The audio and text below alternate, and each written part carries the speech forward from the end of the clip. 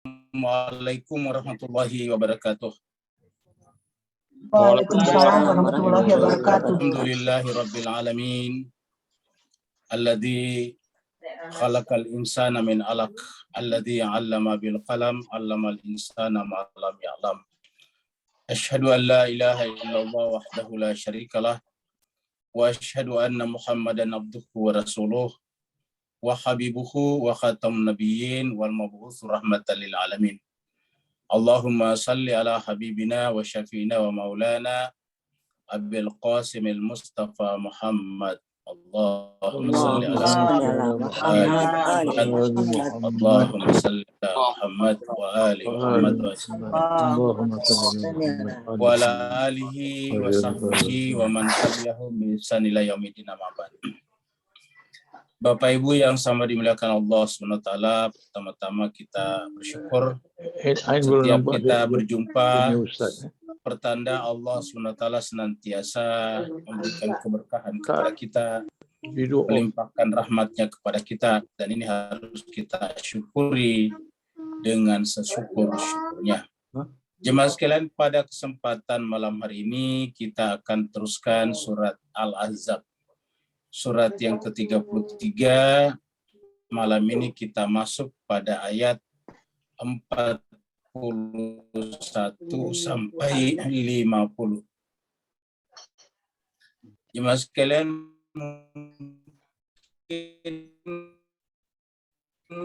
ya, karena kita belum ada yang kelihatan, maka Bapak sekalian mari kita masuk. Ya, maka karena belum kelihatan Ustadz kita, maka mari kita masuk ke screen sambil menunggu mereka, dan kita mulai pembacaan ayat suci Al-Quran kita, tadarus kita dari ayat 41 sampai ayat 50.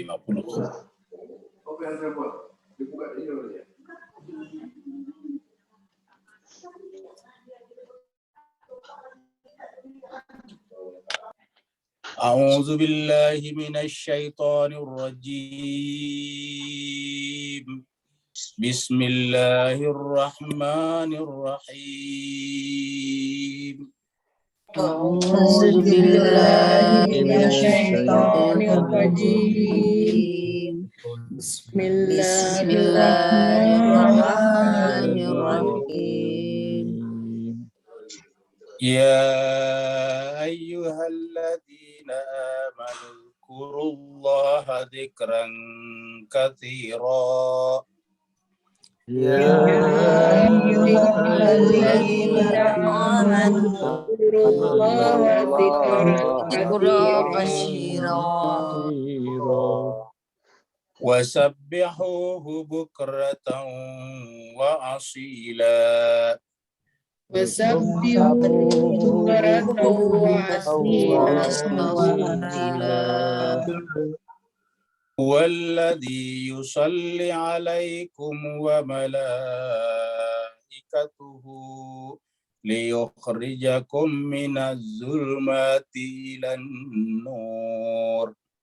Walladzi yusalli alaikum wa malaikatuhu liyukhrijakum minaz zulmati ilan nur. Wa kana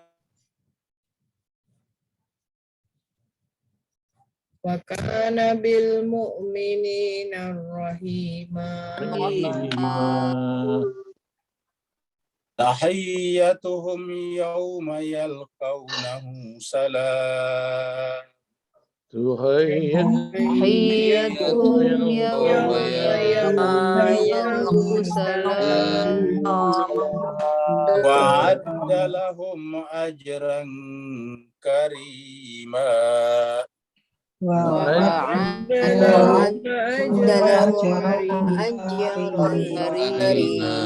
Pada Ustaz Wahyudin kita persilakan untuk meneruskan.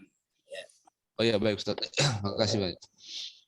Ya ayyuhan nabiyyu inna arsalnaka syahidan wa mubasysyiran wa nadhira. Ya ayyuhan nabiyyu inna شاهدا ونذيرا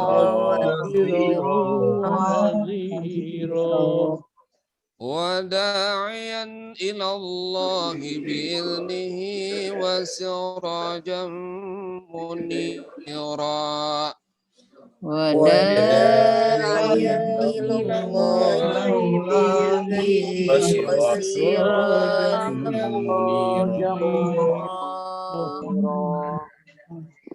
وبشر المؤمنين بأن لهم من الله فضلا كبيرا وبشر المؤمنين بأن لهم من الله فضلا كبيرا ولا تطع الكافرين والمنافقين ودع عذاهم وتوكل على الله ولا تطع الكافرين والمنافقين ودع عذابهم وتوكل على الله وكفى بالله وكيلا وكفى بالله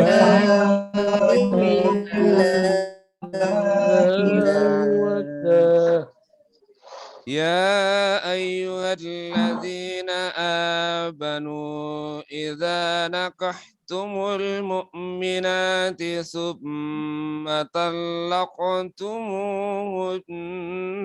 من قبل أن تمسوهن يا أيها الذين آمنوا إذا نكحتم المؤمنات ثم طلقتموهن من قبل أن تمسوهن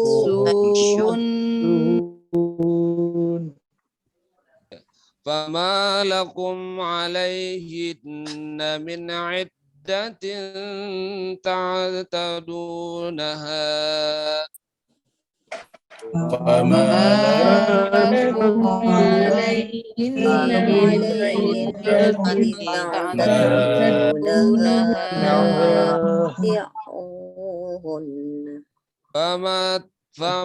فمتعوهن وسرحوهن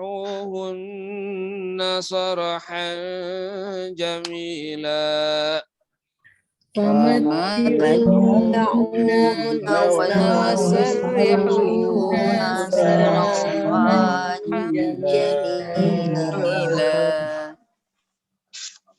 يا أيها النبي إنا أحللنا لك أزواجك التي آتيت أجورهن يا أيها النبي إنا أحللنا لك أزواجك التي آتيت أجورهن وما ملكت يمينك مما أفاء الله عليك وبنات عمك وبنات عماتك فما ملكت يمينك الله عليك وبنات عمك وبنات عماتك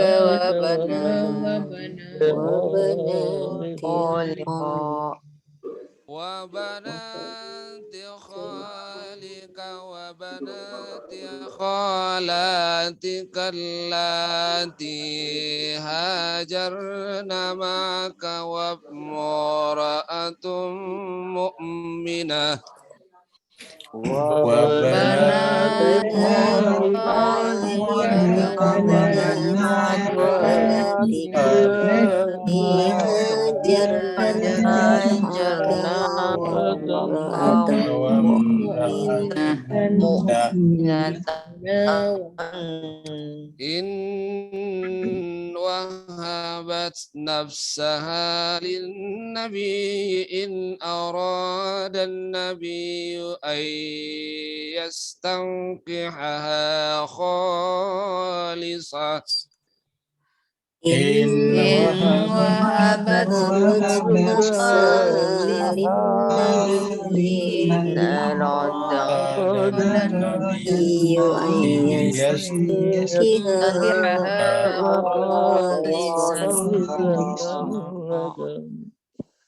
أن يستنكحها خالصة لك من دون المؤمنين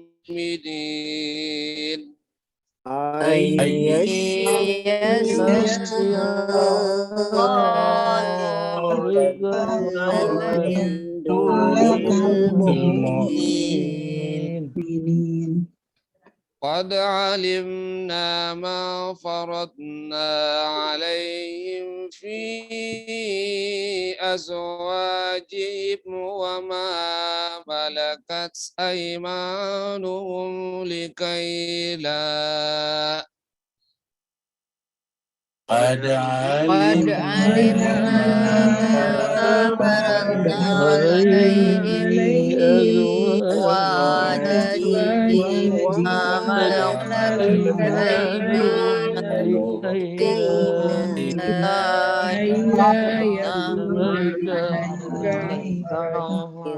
لكي لا يكون عليك خرج لكي لا يكون عليك حرج وكان الله غفورا رحيما وكان الله غفورا رحيما صدق الله العلي العظيم صدق الله العلي العظيم اللهم صل وسلم وزد وبارك على رسول الله وآله الأطهار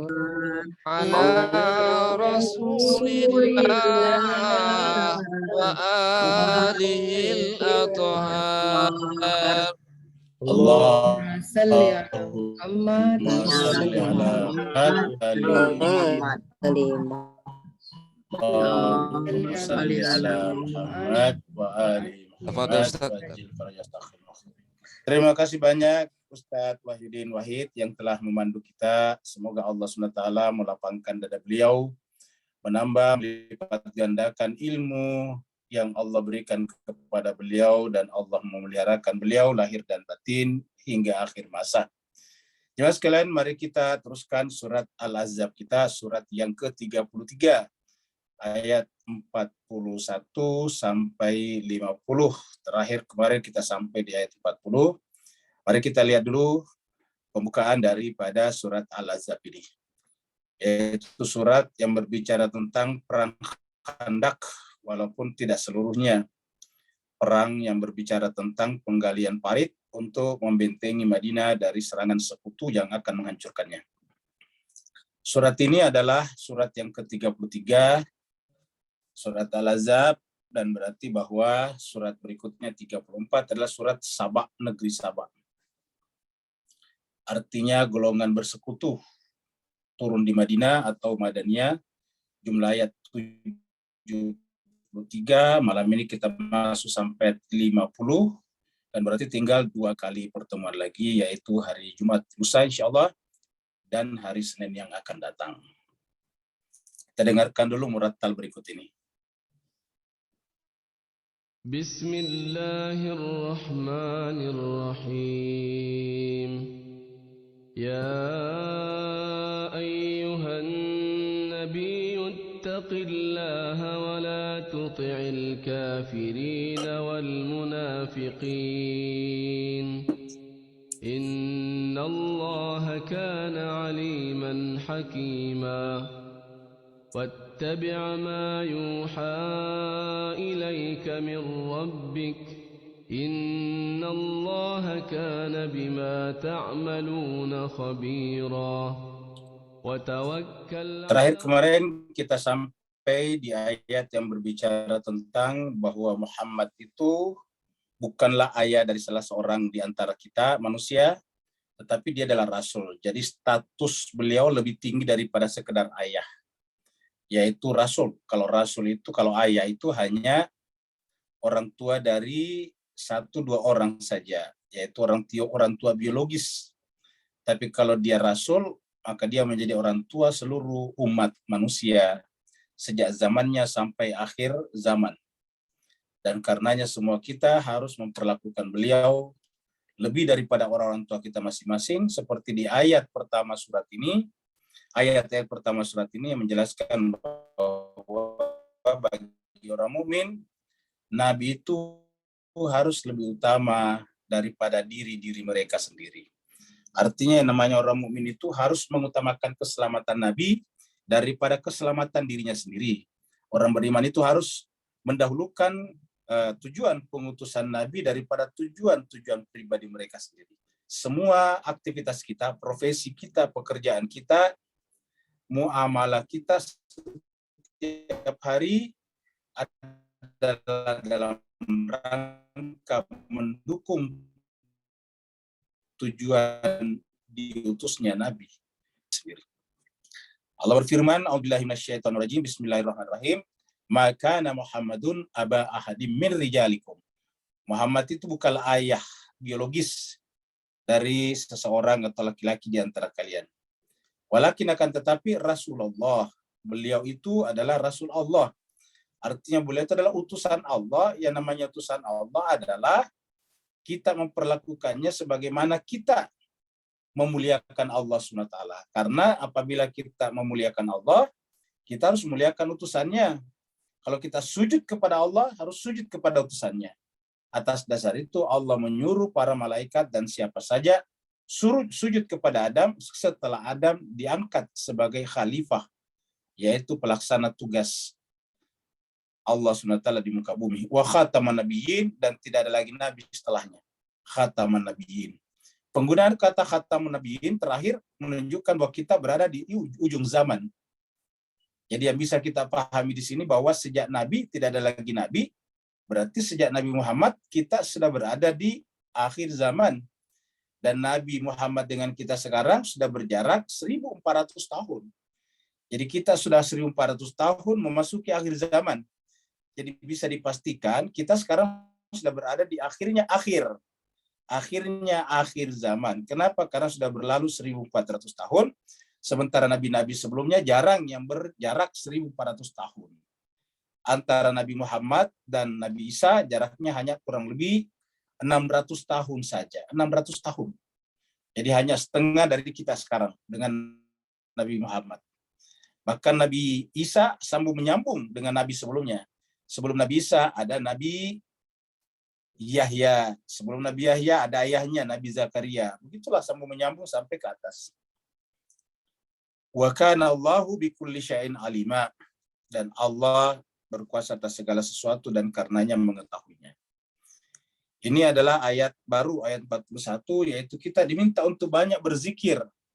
Kata berzikir itu mengingat itu artinya menghadirkan kembali. Ingat, ada kata kembali. Berzikir itu artinya menghadirkan kembali. Karena dalam definisi mengingat, itu artinya sudah ada dalam pikiran kita. Jadi makanya mengingat kembali itu mirip dengan bahasa Inggris remind. Kenapa? Karena sudah ada di dalam mind kita sebetulnya. Sudah ada dalam pikiran kita. Merimain itu artinya mengembalikan kembali. memunculkan kembali secara potensi sudah ada di sana. Maka ketika kita menyebut Allah itu bukan sebetulnya Allah itu sesuatu yang jauh baru kemudian kita datangkan. Kata-kata zikir itu artinya mengingat kembali, menghadirkan kembali. Artinya secara hakikat memang sudah ada dia di sana. Ya ayyuhalladzina amanu, wahai orang-orang yang beriman. Jadi tanda orang beriman adalah memenuhi panggilan ini, yaitu uzkuru, ingatlah. Bisa juga diartikan sebut-sebutlah. Uzkuru, ingatlah. Bisa diartikan sebutlah. Bisa juga diartikan ambillah pelajaran, seraplah. Jadi uzkuru itu bisa berarti mengambil pelajaran dari kata dzikra, itu pelajaran.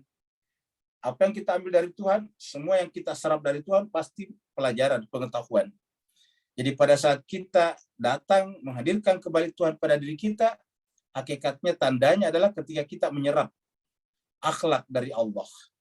Ketika kita menyerap perbuatan-perbuatan, af'al Tuhan, yang terjelma dalam bentuk asma-asmanya yang indah, isim-isimnya, maka kemudian kita bertindak, berbuat berdasarkan perbuatan itu, maka disebut dengan akhlak Allah, takhalluk bi akhlakillah. Berakhlak dengan akhlak Allah seperti pengasih, penyayang, berpengetahuan dan sebagainya. Jadi uzkurullah, sebutlah, ingatlah nama Allah. Uzkurullah, dzikran katsira, dengan ingatan, dengan sebutan sebanyak-banyaknya. Dengan menimba ilmu pelajaran dengan sebanyak-banyaknya dari Allah. Jadi bisa diartikan belajarlah dari Allah dengan sebanyak-banyaknya pelajaran. Satukanlah kembali kesadaran kalian dengan Allah dengan sebanyak-banyaknya.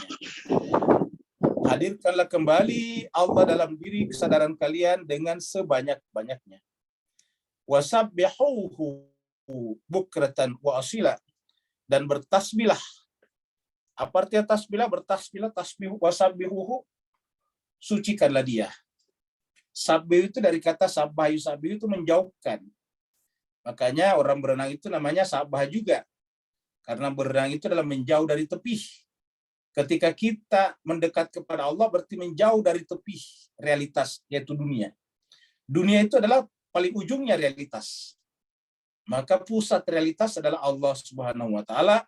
Maka sabbihuhu, bertasbihlah, mendekatlah kepadanya. Atau bisa juga sucikanlah dia. Apa artinya sucikan dia? Singkirkan segala sesuatu yang ada dalam pikiran kalian, dalam jiwa kalian selain dia. Yang lebih dalam lagi adalah semua sifat-sifat yang tidak pantas bagi Allah, yang selama ini kamu tempatkan pada Allah harus dihilangkan. Karena sabbihu artinya jauhkanlah Allah dari hal-hal yang mustahil baginya. Biasa kita mengatakan, jangan-jangan Tuhan tidak mendengarkan doa saya. Ini jelas kita telah membuat prasangka yang salah kepada Allah. Kita telah mengisi pikiran kita dengan pikiran yang salah terhadap Allah. Maka pikiran seperti ini harus ditasbih, harus dibersihkan. Kenapa? Karena Allah itu maha mendengar. Kalau kita mengatakan jangan-jangan Allah tidak mendengarkan doa saya, berarti tidak paham kalau Allah itu adalah sami', maha mendengar. Saya sudah lama berusaha, berjuang, tapi kok Allah tidak memperhatikan saya rasanya. Saya seperti dicampakkan oleh dia. Nah, itu menunjukkan bahwa kita telah menuduh Allah tidak maha melihat, tidak maha mendengar. Semua prasangka, praduga seperti ini, asumsi-asumsi seperti ini harus dijauhkan. Sabbihuhu bukratan wa asila, setiap saat. Bukratan simbol pagi, wasila dan petang. Begitu kita bangun pagi, muncul asumsi, muncul praduga yang salah tentang Allah, bersihkan. Sore kita pulang dari kantor, menjelang tidur, kita mungkin rugi dalam perdagangan kita mungkin ada masalah di kantor kita, kemudian kita berpikir buruk tentang Allah, maka di petang hari, sabbihuhu, sucikan Allah. Jadi sucikan Allah di awal beraktivitas, dan sucikan Allah di akhir aktivitas pada sore hari. yaitu lepaskan, hilangkan, bersihkan semua praduga-praduga, perkiraan-perkiraan, pikiran-pikiran, asumsi-asumsi yang tidak pantas bagi Allah, yang mustahil bagi Allah. Itu namanya sabbihuhu bukratan wa asila. Jemaah sekalian berbahagia, kalau kita berzikir nanti akan mengumpulkan kita sesama dengan orang-orang yang berzikir, dan kemudian Allah Subhanahu wa taala akan berikan selawat kepada orang-orang yang senantiasa mengingat Allah Subhanahu wa taala disebut tadi dengan orang beriman. Huwallazi, dialah Allah yang. Jadi ingat tadi wasabbihuhu bukratan wa asila.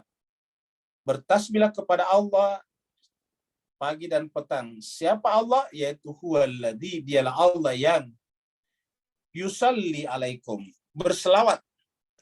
Ini diterjemahkan dengan memberi rahmat. Padahal ini jelas-jelas yusalli. Ya.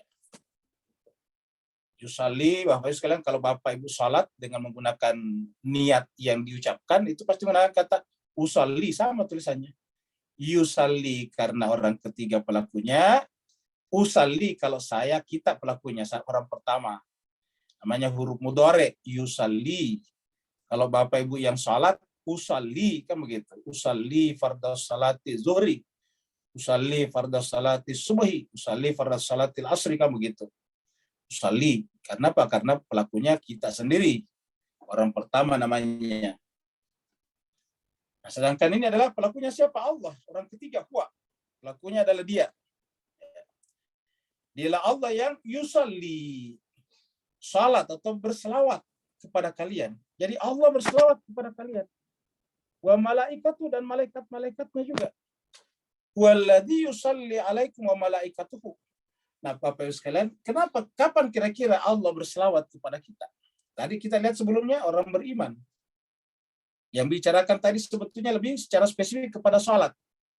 Ingatlah Allah sebanyak-banyaknya, terutama bertasbihlah kepadanya pagi dan petang. Itu bisa dimaknai secara khusus tentang salat, walaupun bisa dimaknai secara umum itu adalah tasbih atau zikir. Tapi bisa juga dimaknai salat, karena salat arti lainnya adalah zikir. Jadi nama lain daripada salat itu zikir. Waktu kita membahas surat Toha, ketika Allah memanggil Nabi Musa ke Gunung Turzina, Allah memperkenalkan dirinya dengan kata-kata innani anallah la ilaha illa ana fa'budni wa aqimis sholata lidzikri. Itu kan kata-katanya. Wa aqimis sholata lidzikri, dan dirikanlah salat untuk mengingat aku. Ayat sebelumnya tadi ya ayyuhalladzina amanu dzkurullaha sebanyak-banyaknya wasabbihuhu bukratan wa asila. Kalau kemudian kita berselawat ataukah melakukan tadi zikir ataukah salat kepada Allah SWT, maka Allah juga berselawat kepada kita. Huwallazi yusalli alaikum. Apa sebabnya kalau kita berselawat kepada Allah juga berselawat kepada kita? Karena selawatnya kita kepada Allah melalui, ingat, selawatnya kita kepada Allah melalui nabinya. Nanti kita ketemu di ayat 56, ini 43. Jadi 13 ayat ke depan, kita akan berjumpa dengan ayat yang sangat terkenal, yaitu innallaha wa malaikatahu, ini malaikat juga.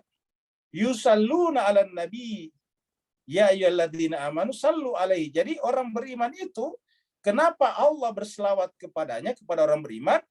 Karena orang beriman itu juga berselawat kepada Nabi. Maka huwallazi yusalli alaikum. Jadi Allah menjelaskan dulu, kenapa Allah berselawat kepada kalian? Jawabannya nanti di ayat 50. Oh, ternyata begini sebabnya.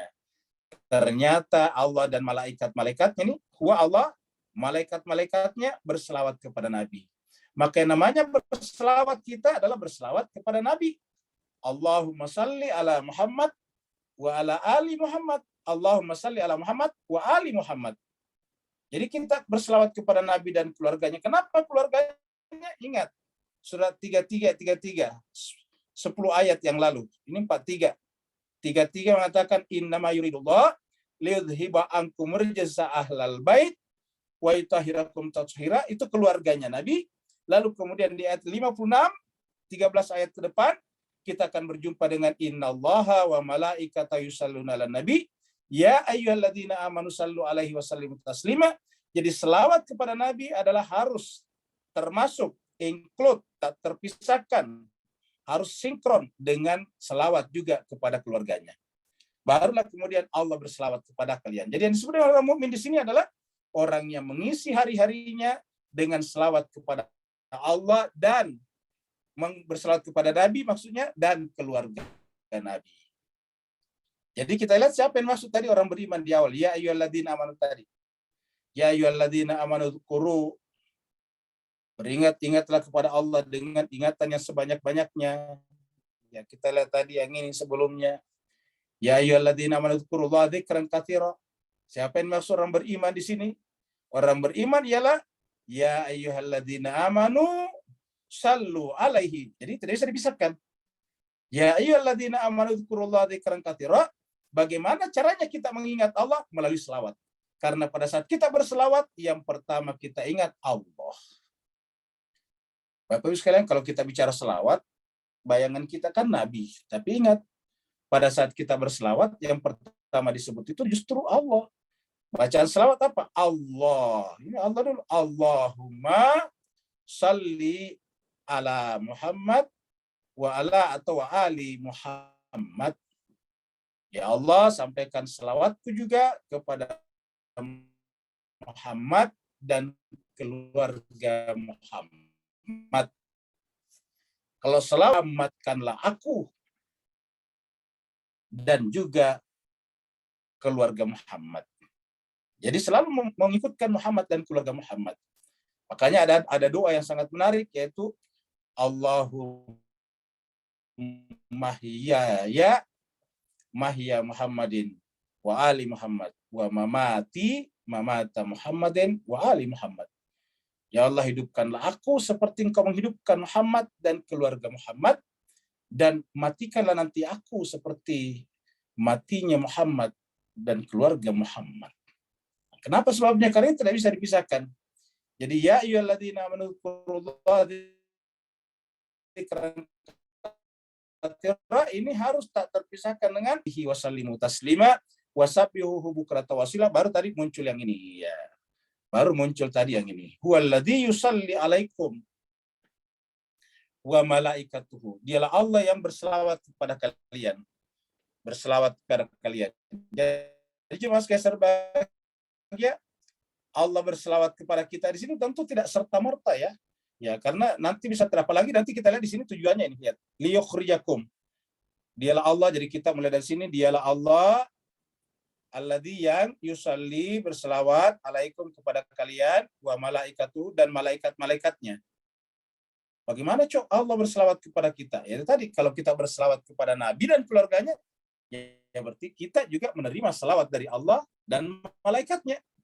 Nah, selawatnya Allah kepada kita apa? Liyukhrijakum minaz zulumati ilan nur. Liyukhrijakum minaz zulumati ilan nur ini memutlakkan terjadinya wilayah atau wali sebelumnya. Ya. Mari kita lihat dua penggalan ayat dalam surat Al-Baqarah. Ya. Kita lihat dalam surat Al-Baqarah berikut ini. Ya. Al-Baqarah kita mulai dari 1:5. Kita dari 155 dulu. Ini 155 ayatul kursi Pak Bu sekalian ya. Ayatul kursi 155. Maaf. Ayatul kursi. Ayat tentang cobaan, ujian. Walanabluwannakum bisyai'in minal khaufi wal ju'i wa naqsin minal amwali wal anfusi wat thamarat wa basyir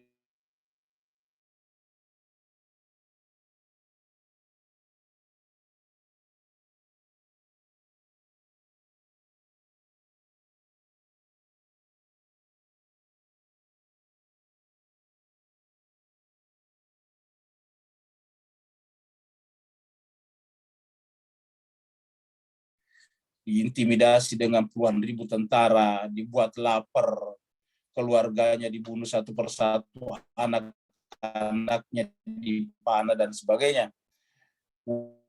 Wabasyiris sabirin. Tapi gembirakanlah orang-orang yang sabar. Wabasyiris sabirin.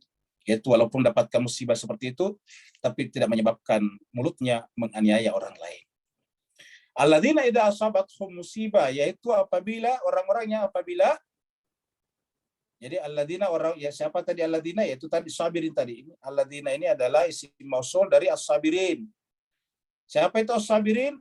Alladzina yaitu orang-orang yang idza asabathum musibah, manakala ditimpa musibah, qalu mereka berkata inna lillahi wa inna ilaihi rajiun.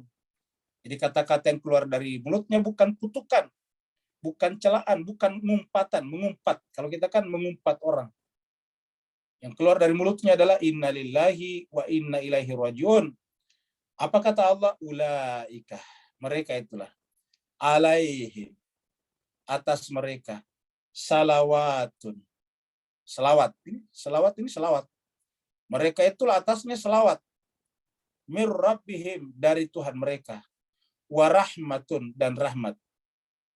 Wa ulaika humul muhtadun, orang yang kepadanya Allah dan malaikat berselawat, kepadanya Allah dan malaikat berselawat, maka kemudian mereka itulah yang berada di atas petunjuk. Ulaika humul muhtadun, mereka dapat petunjuk.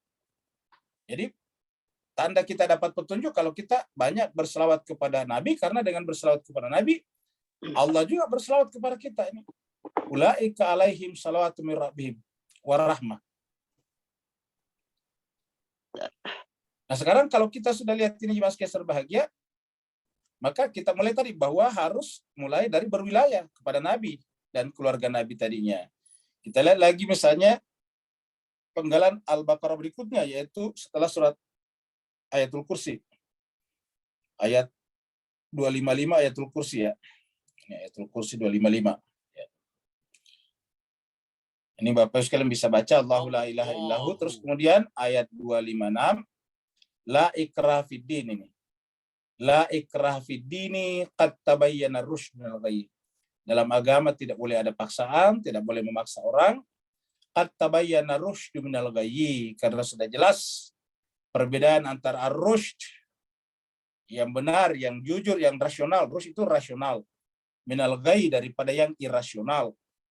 Famay yakfur bitaghut, maka siapa yang yakfur bitaghut, kafir kepada taghut. Jadi orang beriman harus kafir juga, cuma kafirnya kepada taghut. Kafir kepada taghut artinya menolak, ya, menolak pengaruh egoistiknya, menolak pengaruh egonya. Karena siapa yang terpengaruh oleh egonya, maka pasti dampaknya adalah mengorbankan orang lain atau lingkungan di sekitarnya. Wa yu'min billah, baru beriman kepada Allah. Faqad istamsaka bil urwatil wuthqa, orang itulah yang berpegang teguh kepada tali yang sangat teguh. Lam fisama laha, yang tidak akan pernah putus. Wallahu samiun alim. Bagaimana caranya berpegang kepada Allah? Wuthqa, janji teguh ini. Wuthqa ini apa namanya? Yang sangat teguh. Ya. Yaitu berarti kan sesuatu yang kita pegang, berarti kan janji. Wilayah namanya. Baru kemudian Allahu waliyul ladzina amanu. Allah itulah yang merupakan walinya orang beriman. Allahu waliyul ladzina amanu. Allah itu adalah walinya orang beriman.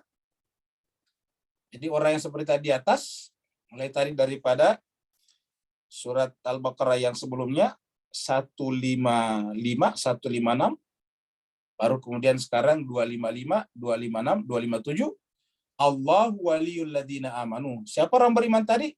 Yaitu yakfur bitaghut, yang ingkar kepada taghut. Ingkar kepada egonya, objektif, mengikuti yang benar saja. Allahu waliyul ladzina amanu. Apa dampaknya kalau Allah menjadi walinya orang beriman? Yukhrijuhum minaz zulumati ilan nur. Allah akan mengeluarkan mereka minaz zulumati ilan nur. Sama tadi di sini. Ya, ini tadi. Jadi kita lihat tadi di sini, huwallazi yusalli alaikum wa malaikatuhu li yukhrijakum minaz zulumati ilan nur. Untuk mengeluarkan kalian dari kegelapan menuju kepada cahaya. Jadi tidak mungkin kita keluar dari kegelapan dan menuju kepada cahaya kalau tidak melalui Nabi dan keluarganya. Kalau kita lihat ayat-ayatnya. Dan ini sejalan dengan surat An-Nur. Kalau kita bicara surat An-Nur begitu juga. Itu nanti di belakangnya ada kata-kata rijalun, la tulihim tijaratun wala bai'. Jadi di belakangnya di surat An-Nur ayat 35 seperti itu juga. Litukhrijakum minaz zulumati ilan nur. Dan yang mengeluarkan kita kelihatannya Allah kan huwallazi yusalli alaikum wa malaikatuhu. Sama juga di sini. Ya, Allah lah yang menjadi walinya orang beriman. Tapi ingat bagaimana cara kita berwali kepada Allah? Dengan berwali kepada orang beriman dan rasul. Seperti dalam surat Al-Maidah, Allahu waliyukum. Ya. Wa rasuluhu. Jadi Allah walinya. Baru kemudian rasulnya dan juga walladzina amanu alladzina yuqimunas shalah wa yu'tunaz zakata wa hum raqiun. Jadi Allah, rasul dan orang beriman. Orang beriman yang dimaksud tadi adalah innama yuridullah liyudhiba ankum rijsa ahlal bait wa yutahhirakum tatsira. Karena mereka lah selain daripada nabi yang mendapatkan garansi dari Al-Qur'an. Ada juga yang lain tapi kan di hadis-hadis. Tapi kalau ini di Quran disebutkan. Ya, artinya bahwa tidak ada keraguan tentang garansi itu. Nah, kalau Allah telah menjadinya walinya kita, yukhrijuhum minaz zulumati ilan nur. Ingat jemaah sekalian, melalui siapa Allah mengeluarkan kita dari kegelapan. Karena kita lihat jemaah sekalian, Allah kan tidak, kalau Allah mau kan bisa pada setiap orang dia langsung. Tapi Allah memilih rasul. Maka secara otomatis yang mengeluarkan kita ini adalah rasul. Coba kita lihat ayatnya. Ya. Di dalam surat Ibrahim. Ya. Kita lihat surat Ibrahim. Surat Ibrahim. Nih. Alif Lam Ra, kitabun anzalnahu ilaika litukhrijan nasa minaz zulumati ilan nur. Sebuah kitab yang kami turunkan kepadamu Muhammad.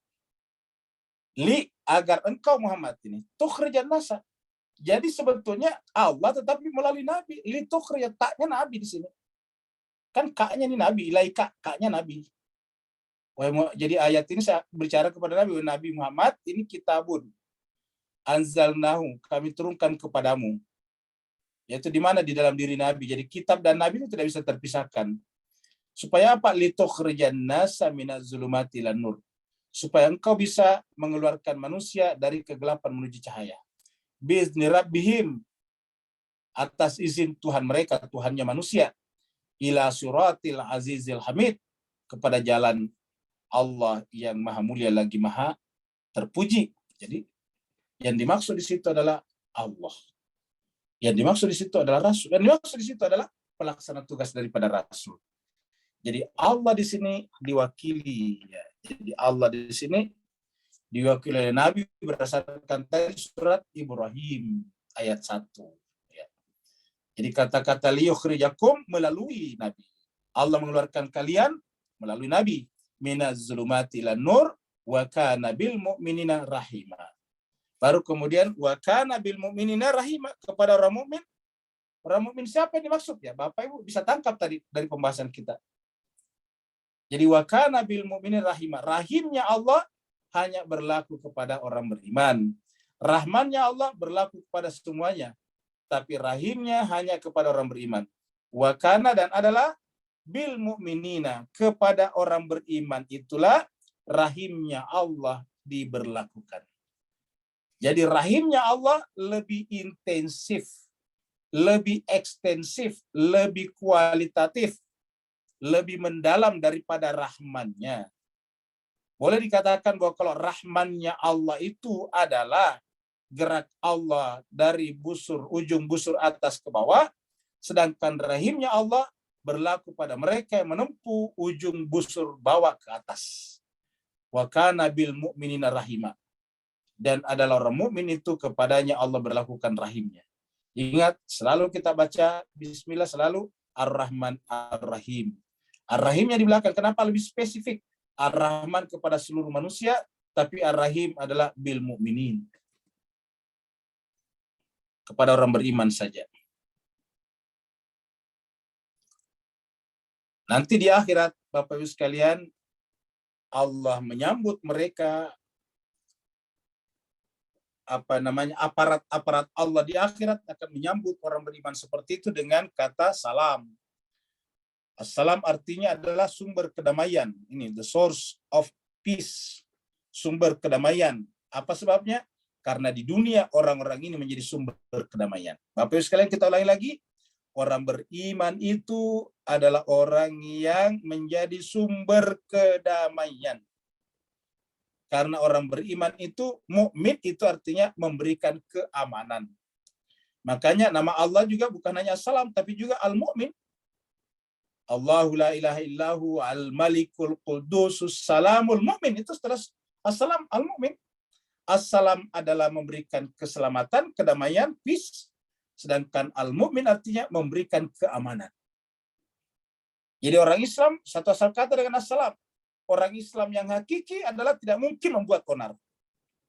Orang Islam yang hakiki tidak mungkin menjadi sumber malapetaka sosial.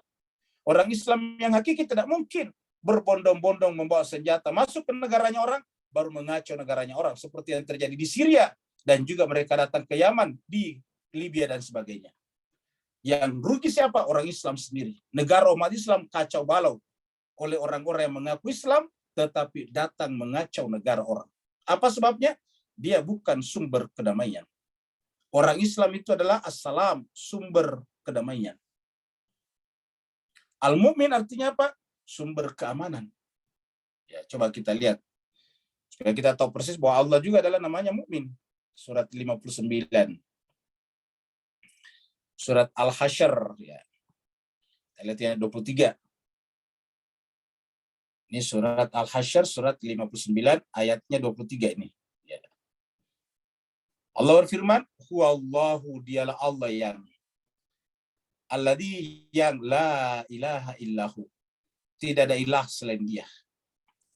Dia apa? Dia adalah Allah, adalah Al-Malik. Dialah Raja. Dialah pemilik segala-galanya. Al-Qudus, dia maha suci. Karena tidak ada yang menyamai. Makhluknya tidak ada yang menyamainya. Dan tidak akan ada yang bisa menjangkaunya. Dan dia juga As-Salam. Dia sumber kesejahteraan. Dia sumber kedamaian tadi. As-Salam. Dia juga Al-Mu'min.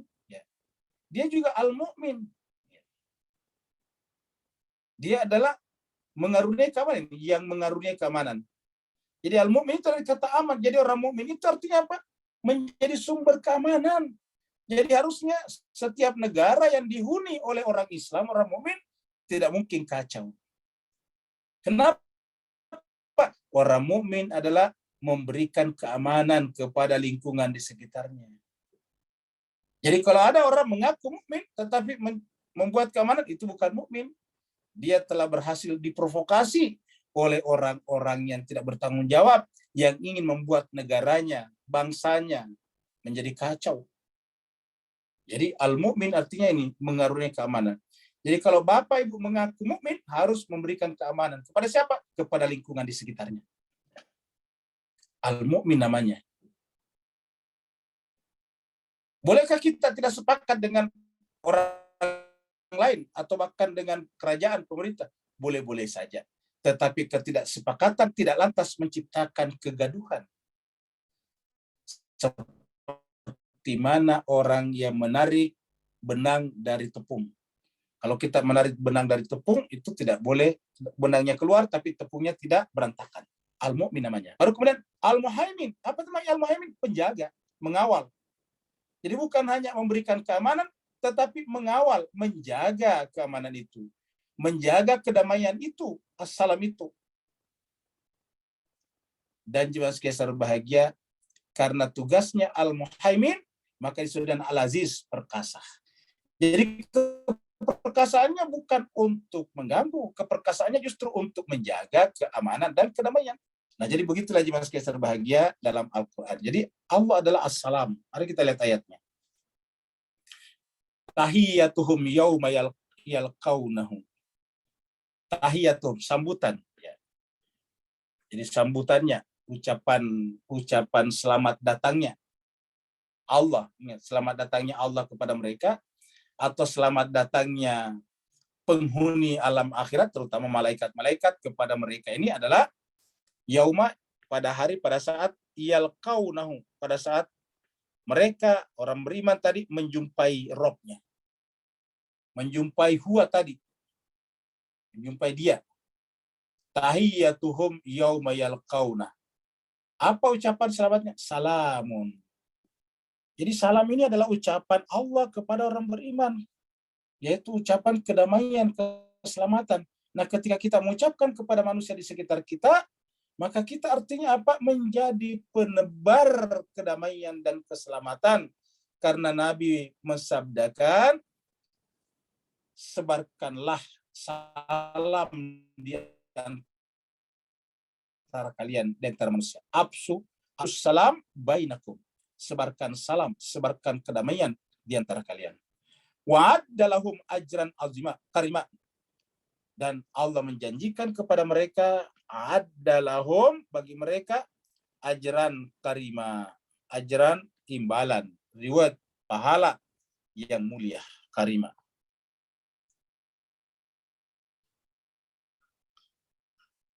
Berikutnya masih berbicara tentang Nabi. Ini kita simbolkan dengan kubah Masjid Nabawi di Madinah. Ya ayuhan Nabi, wahai Nabi. Ini Allah berbicara langsung kepada Nabi-Nya. Jadi ada biasa mengatakan bahwa kok cuma Nabi Musa diajak berbicara oleh Allah. Ayat-ayat ini menjelaskan kepada kita, kalau Allah berbicara dengan Nabi, ini kan jelas-jelas ya ayuhan Nabi. Ya. Yang bicara ini Allah kepada Nabi, ya ayuhan Nabi, wahai Nabi, inna arsalnaka, sungguhnya kami, inna arsalnaka, yang dipanggil secara spesifik adalah Nabi. Sungguhnya kami, arsalnaka, mengutus kamu. Sebagai apa? Syahidan, sebagai saksi. Jadi sebagai saksi. Wa mubasyiran, dan memberikan kabar gembira. Wa nazira, dan peringatan. Ya, Nabi tugasnya apa? Sebagai saksi nanti di akhirat. Kalau dia sebagai saksi, apa yang harus, kualifikasi yang harus dimiliki? Yaitu bisa melihat seluruh perbuatan kita. Kita sudah angkat surat At-Taubah, kalau tidak salah, pada pertemuan yang lalu atau beberapa pertemuan sebelumnya. Surat At-Taubah mengatakan, i'malu, beramalah, niscaya Allah, Rasul, dan orang beriman menyaksikan perbuatan kalian. Dan karenanya mereka menjadi saksi. Jadi beramallah. Jadi Nabi tidak pernah tidak menyaksikan kita. Kalau Allah menyaksikan kita, berarti Nabi menyaksikan kita juga. Kenapa? Karena Allah dan malaikat berselawat kepada Nabi. Berarti artinya apa? Allah dan malaikat hadir bersama dengan Nabi. Dan karena Allah dan malaikat hadir bersama Nabi, maka ketika kita berbuat, ketika disaksikan Allah, disaksikan malaikat, otomatis disaksikan Nabi juga. Dan orang-orang yang ditunjuk memberi kabar gembira kalau kita berbuat baik, pemberi peringatan kalau kita berbuat buruk. Wa mubasyiran wa nadhira. Jadi inilah fungsi kenabian. Makanya tadi kita katakan selawat itu kepada Nabi, berzikir itu juga mengingat Nabi, tetapi melalui Allah. Maksudnya mengingat Allah melalui Nabi. Allahumma salli ala Muhammad wa li Muhammad. Ini adalah ilustrasi betapa beratnya tugas kenabian dulu. Kalau Ustadz sekarang ini enak dipanggil, diundang baik-baik, dan sebagainya. Kalau dulu Nabi dia sendiri yang datang ke tempat-tempat umum, kumpulkan orang-orang, baru naik di atas, jangankan dikasih air putih, makanan, bahkan terkadang dilempar dengan kotoran. Begitulah dulu perjuangannya para Nabi. Wada'iyan ilallah. Da'i itu artinya penyeru. Dia adalah da'iyan, dari kata da'i. Ini menjadi bahasa Melayu kita, da'i. Da'i artinya ustadz yang berceramah, biasanya sudah dengan da'i. Wada'iyan ilallah. Ingat Bapak sekalian, Nabi datang mengajak manusia kepada Allah. Da'iyan ilallah. Bapak Ibu sekalian, saya sampaikan ini baik-baik. Ini dicamkan, dicatat baik-baik. Karena banyak di antara kita berpikir orang yang baik itu adalah orang yang mengumpulkan donasi, funding, lalu kemudian dibagi-bagikan kepada orang tidak mampu. Ya, ini perlu kita sampaikan, tidak pernah ada nabi yang melakukan seperti itu. Tidak pernah kita dengarkan nabi kerjanya mengumpulkan harta benda dari masyarakat, baru kemudian dibagi-bagikan kepada orang miskin. Setelah itu selesai. Apa sebabnya? Tugasnya nabi itu adalah mengajak, mengambil hati orang manusia untuk diajak kepada Allah. Itu sebabnya bukan Nabi Ibrahim membagi-bagikan makanan kepada orang di luar sana, tetapi Nabi Ibrahim membuat makanan di rumahnya, baru ngundang orang itu datang kepada rumah Nabi Ibrahim. Agar apa? Agar Nabi Ibrahim menyampaikan pesan-pesan Allah kepada mereka, mengajak mereka kepada Allah, mengembalikan jiwa mereka yang jauh dari Allah kepada Tuhan. Itulah tugas para nabi. Jadi tugas para nabi itu adalah menarik jiwa manusia yang terpisah dengan Tuhannya kembali kepada Tuhannya. Jadi kalau cuma dibagi-bagikan begitu saja tidak ada apa-apa, ya itu bukan perbuatan ketuhanan, bukan perbuatan perbuatan kenabian. Bahkan pernah kita sampaikan bahwa Allah telah berbuat baik kepada seluruh manusia, kaya atau miskin, itu sebetulnya sangat sedikit perbedaannya. Kalau kita berbeda dari segi harta saja, itu sangat sedikit. Karena Allah telah memberikan sangat banyak kepada kita. Bapak Ibu sekalian, Allah memberikan kepada kita semuanya sama, yaitu udara. Tidak ada yang dibeli. Udara sangat mahal. Allah berikan kepada kita temperatur. Allah berikan kepada kita matahari, lautan, hujan, awan, bintang, bulan. Dan itu semuanya berhak semua kita mendapatkannya. Bukan hanya orang berduit, orang kaya. Bahkan ada yang lebih hebat lagi, tubuh kita. Allah berikan kepada kita mata, itu tidak bisa dihitung dengan harta apapun juga. Allah berikan kepada kita tangan, kaki, itu sesuatu yang luar biasa. Jadi kalau kekayaan berbeda hanya 100 miliar, 1 triliun, itu tidak ada apa-apanya. Adakah di antara kita yang mau diberikan uang 1 triliun, tetapi dua-dua matanya dicungkil, kupingnya juga ditutup, kakinya juga digergaji dua-duanya? Tidak akan ada yang mau. Artinya apa, jemaah sekalian berbahagia? Setiap manusia sebetulnya sudah kaya raya. Maka apa tugas Nabi datang kepada manusia? Mengajak mereka, membujuk hati mereka kembali kepada Allah. Nabi datang bukan mengumpulkan donasi dibagi-bagi kepada manusia, habis itu selesai. Bukan. Da'iyan ilallah, mengajak manusia kepada Allah. Nabi Ibrahim menyuruh istrinya membuat makanan yang bagus. Lalu kemudian mengajak mereka datang di samping. Dan ini juga dilakukan Nabi Muhammad kita. Nabi Muhammad kita berkali-kali memotong kambing, membuat masakan yang enak, baru kemudian memanggil orang-orang datang.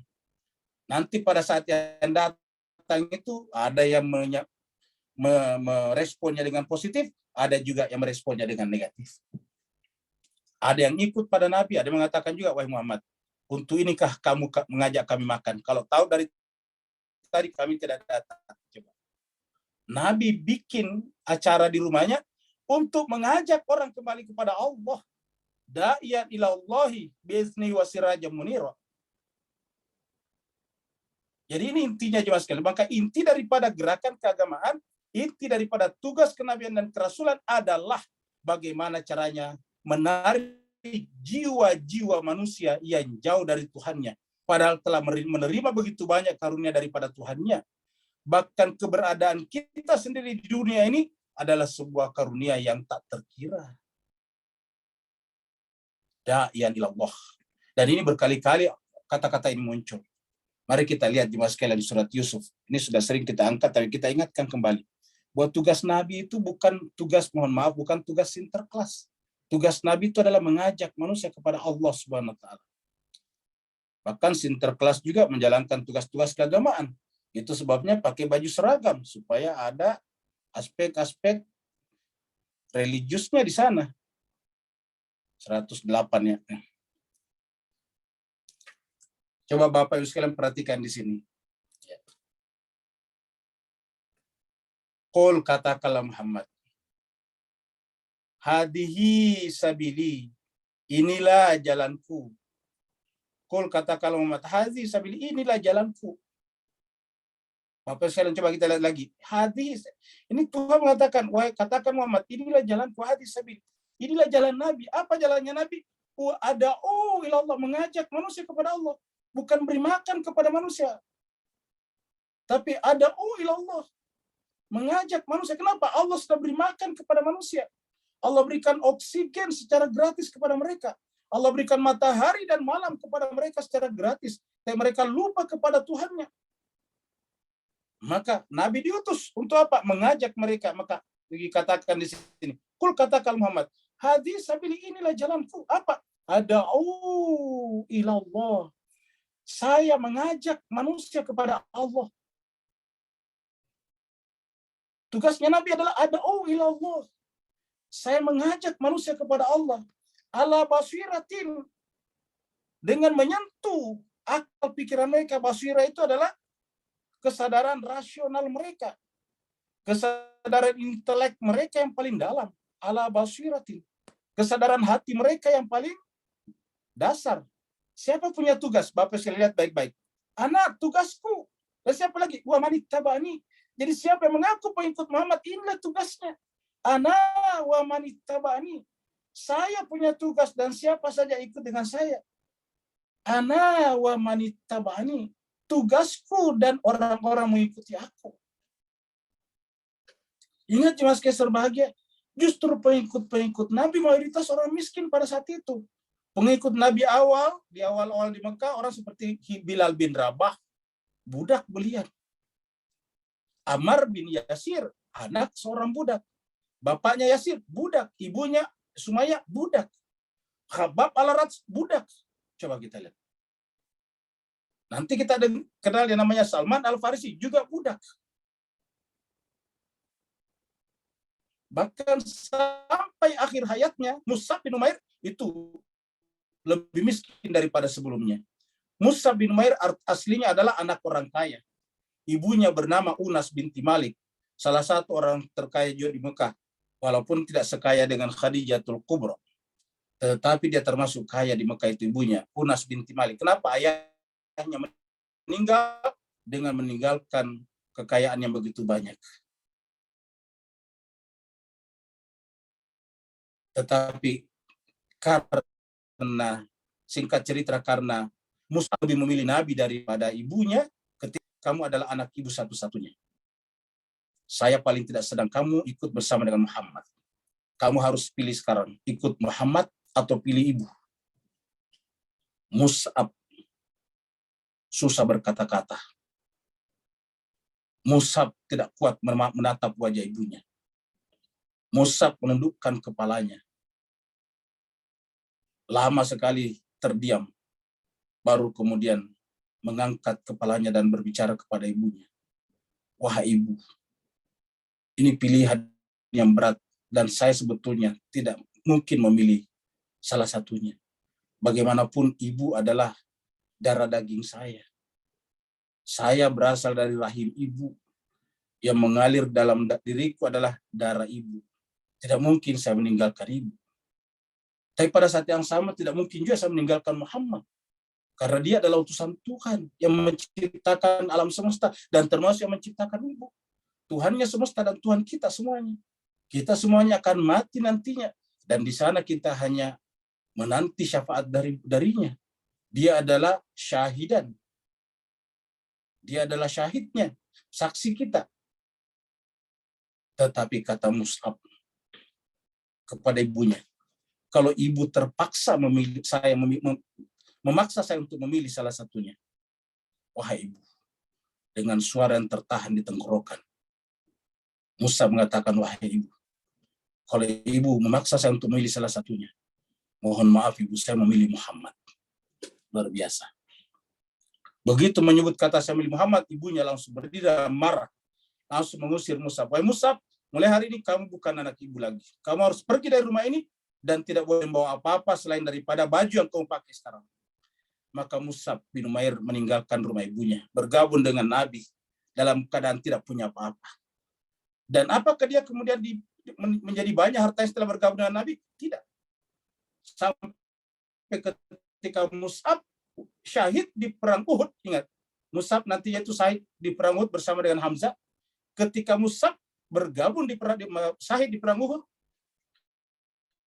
itu kemudian kalau kainnya yang menutupinya ditarik ke bawah, menutupi kakinya, kelihatan wajahnya. Kainnya ditarik ke atas, menutupi wajahnya, kelihatan kakinya. Nangis. Dia katakan, wahai sahabat-sahabatku sekalian, bukankah kalian tahu bahwa Mus'ab ini adalah anak orang kaya di Mekah? Pada saat dia masih muda, pakaian-pakaian yang dikenakannya adalah pakaian mewah, pakaian yang paling mahal, sampai gadis-gadis di Mekah mengintip dari balik rumah-rumah mereka berpikir, alangkah bahagianya kalau saya nanti yang dipersunting oleh Mus'ab. Karena Mus'ab adalah anaknya ganteng, kaya, pakaiannya selalu bermerek pada saat itu. Paling tidak ukuran pada saat itu. Tapi lihatlah wahai kalian, sahabat-sahabat, hari ini kita menyaksikan Mus'ab meninggal dalam keadaan miskin, dalam keadaan tidak punya apa-apa. Kainnya kita tarik ke atas menutupi mukanya, kelihatan separuh badannya bagian bawah.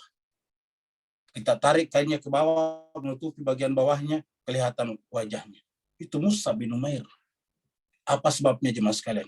Tugas Nabi adalah ad'u ila Allah. Siapa punya tugas? Ana wa manittabani. Tugasku dan siapa saja menjadi pengikutku. Wa subhanallahi wa ma ana minal musyrikin. Maha suci Allah. Jadi tugas Nabi datang apa? Mengembalikan kesadaran manusia akan Tuhannya. Siapa yang hatinya sudah terpaut dengan Tuhannya, dialah manusia yang paling kaya di semesta alam. Tapi siapa orang yang hatinya kosong dari Tuhannya, walaupun dia memiliki semesta alam, dialah orang yang paling miskin. Dalam Al-Quran dikatakan, di akhirat nantinya, seandainya mereka bisa, mereka akan mau menebus dirinya dengan seluruh kekayaannya di dunia. Tapi kata Tuhan tidak mungkin. Karena iman jauh lebih berharga daripada apapun yang kalian miliki. Subhanallahi wa ma ana minal musyrikin. Maha suci Allah. Dan tidak mungkin saya menyimpan sesuatu selain dia dalam jiwa saya, kata ayat ini. Wa ma ana minal musyrikin. Jadi jemaah sekalian, kita kembali lagi ke sini. Wa da'iyan ilallahi bi'idzni wa sirajan munira. Jadi Nabi mengajak orang kepada Allah, ini harus kita camkan. Ya.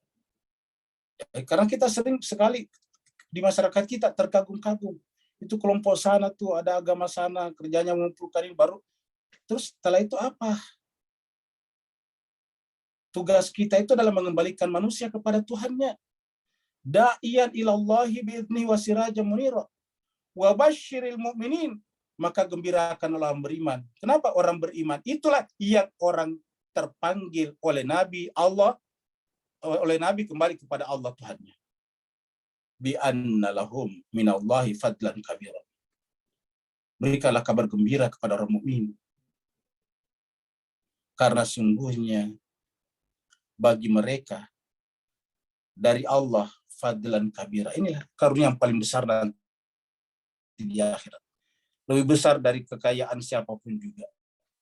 Mohon maaf kalau kita terpaksa menyebut nama. Kalau kita kumpulkan kekayaannya Bill Gates, Jeff Bezos, Elon Musk, siapa saja semuanya, tidak ada apa-apanya dibanding dengan karunia yang sangat besar.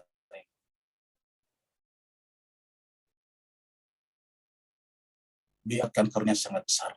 Jadi walaupun Mus'ab bin Umair meninggal dalam keadaan kainnya tidak cukup menutupi badannya, tetapi dia adalah paling mulia di sisi Tuhannya daripada siapapun juga.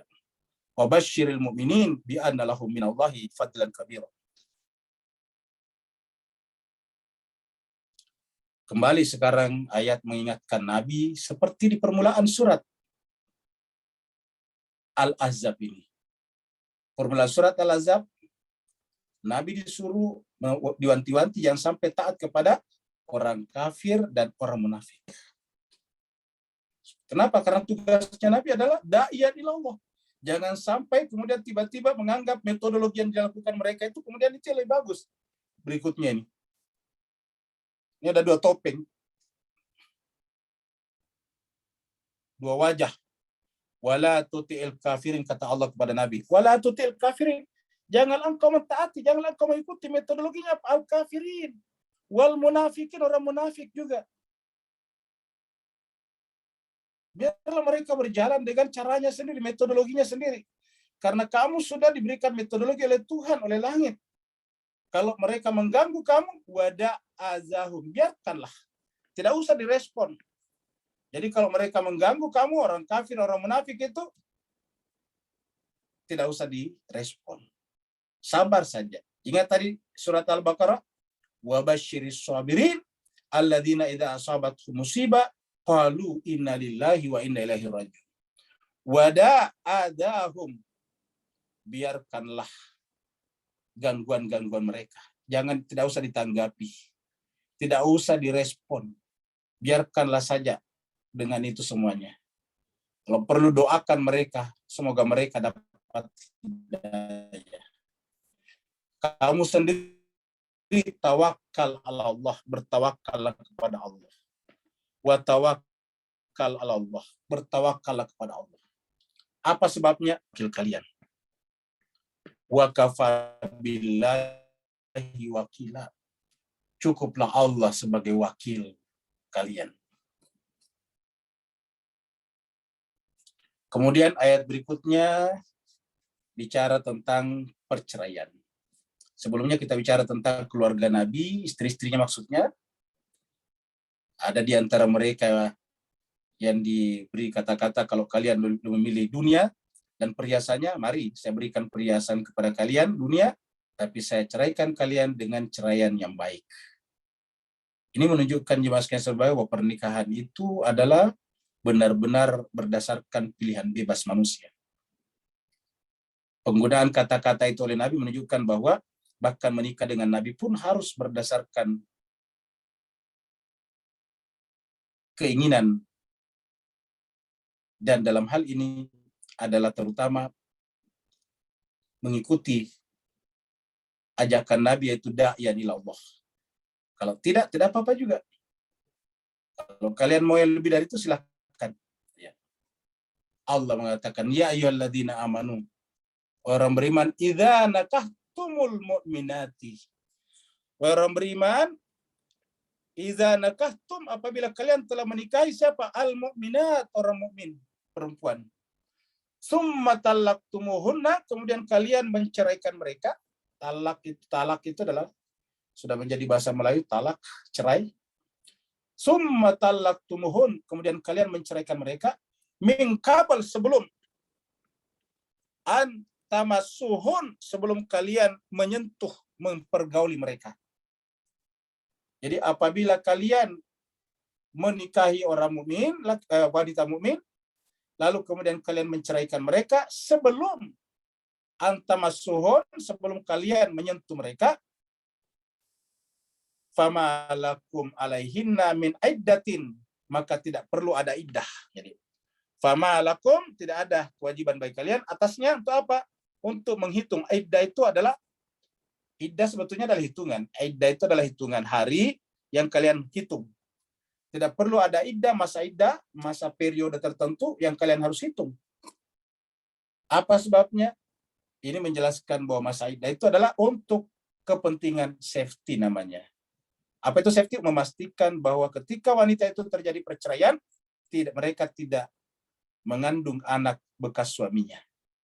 Demi apa? Demi Allah membicarakan tentang asal-usul nasab. Kita lihat di Mas Kaisar Bahagia pada pertemuan yang lalu, pada awal surat ini kita sudah bicara tentang anak angkat. Ada yang tidak diketahui keluarganya. Nah, itu yang dihindari oleh agama. Agama kita bahas kemarin waktu menjawab pertanyaan Intan tentang agama adalah bersifat preventif. Jangan sampai ada orang yang tidak jelas nasabnya. Maka kemudian agama mengatakan setiap terjadi perceraian harus ada masa periode iddah. Ya. Ini menentukan apakah yang bersangkutan hamil atau tidak. Maka ketika tidak terjadi hubungan biologis di antara keduanya, maka tidak perlu ada iddah. Min iddatin tadunaha. Jadi ingat Mas sekalian, Allah memelihara manusia terutama tentang nasab-nasab mereka. Tetapi jemaah sekalian, dunia kita sekarang ini agak kelihatan terbalik. Bapak Ibu sekalian yang sering membaca berita, pasti sering mendengarkan bayi-bayi dibuang di kantong plastik, di kardus-kardus Indomie, bahkan ada yang dibuang di toilet dan sebagainya. Luar biasa sekarang. Dan itu mirip dengan pada zaman jahiliyah sebelum Islam datang. Kira-kira apa sebabnya? Sederhana sekali. Pergaulan gampang, tetapi pernikahan susah. Salah satu susahnya pernikahan sekarang dibatasi, harus umur sekian baru menikah. Harus umurnya sekian baru boleh menikah. Itu berdasarkan aturan undang-undang. Tentu kita setuju saja dengan undang-undangnya, apalagi negara yang begitu. Tapi gimana sekalian, harusnya juga pergaulan diperketat. Karena ini kalau pernikahan dipersulit, tetapi pergaulan dipermudah, bisa dipastikan apa yang akan terjadi. Ya, saya kira Bapak Ibu sekalian pasti tahu arahnya sistem sosial seperti ini. Kita membuat tatanan sosial, pergaulan mudah, tetapi pernikahan ditunda, dipersempit, dipersulit, maka pasti akan terjadi macam-macam.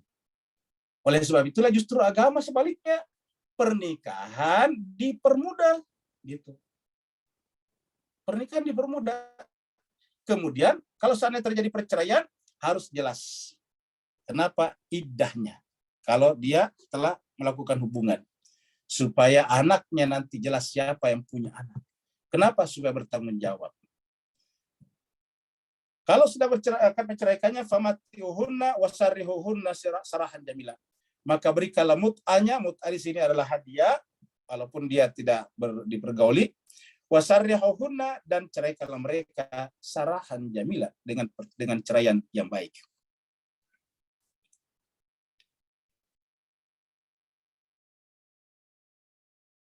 Ayat berikut ini agak panjang nih, berkenaan dengan yang boleh dinikahi, terutama oleh Nabi. Ya ayuhan Nabi, inna ahlalna laka azwajak. Kita baca cepat saja. Wahai Nabi, sungguhnya kami menghalalkan kepada kamu azwajaka, istri kamu, allati ataita, yang telah engkau berikan kepadanya ujurahun, mas kawinnya, maharnya. Wa ma malakat yaminuka. Begitu juga dengan budak-budak yang kau miliki. Ingat mas sekalian, sebagai kita bicara panjang bahwa pada saat itu ada perbudakan, dan kalau ada sistem perbudakan seperti pada saat itu tidak bisa langsung dihilangkan. Karena kalau langsung dihilangkan, mereka budak ini mau tinggal di mana? Mereka tidak punya apa-apa, mereka tidak punya properti. Ketika misalnya dibebaskan seperti apa? Ketika dibebaskan, dia keluar dari rumah, terus diambil lagi oleh orang lain. Ya, di tengah jalan, dibawa lagi, dijual lagi, begitulah. Jadi, dan kedua, yang namanya budak pada saat itu, cara memperolehnya dengan cara seperti pernikahan. Karena misalnya ada seseorang punya budak. Misalnya orang itu menyiksa budaknya, terus gimana cara kira-kira menyelamatkannya? Ya, kita datang menasihati majikannya, ya belum tentu dia mau, bisa saja dia marah, ini budak saya kok. Salah satu caranya adalah biasanya dibeli, ditebus. Ya. Dan penebusan itu sama statusnya dengan membayar mahar kepada perempuan itu.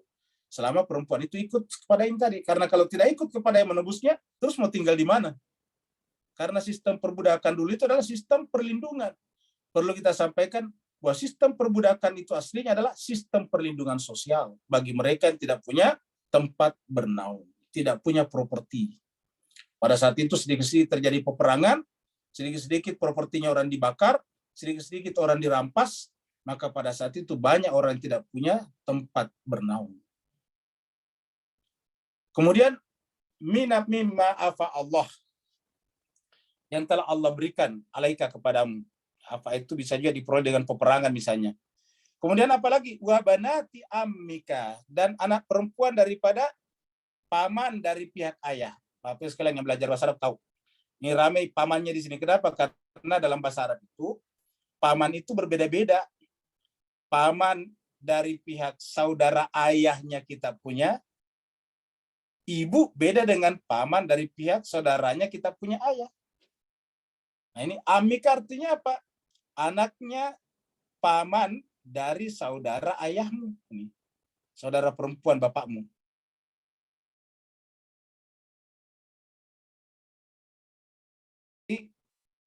Amika, saudara ayahmu, jadi sepupu.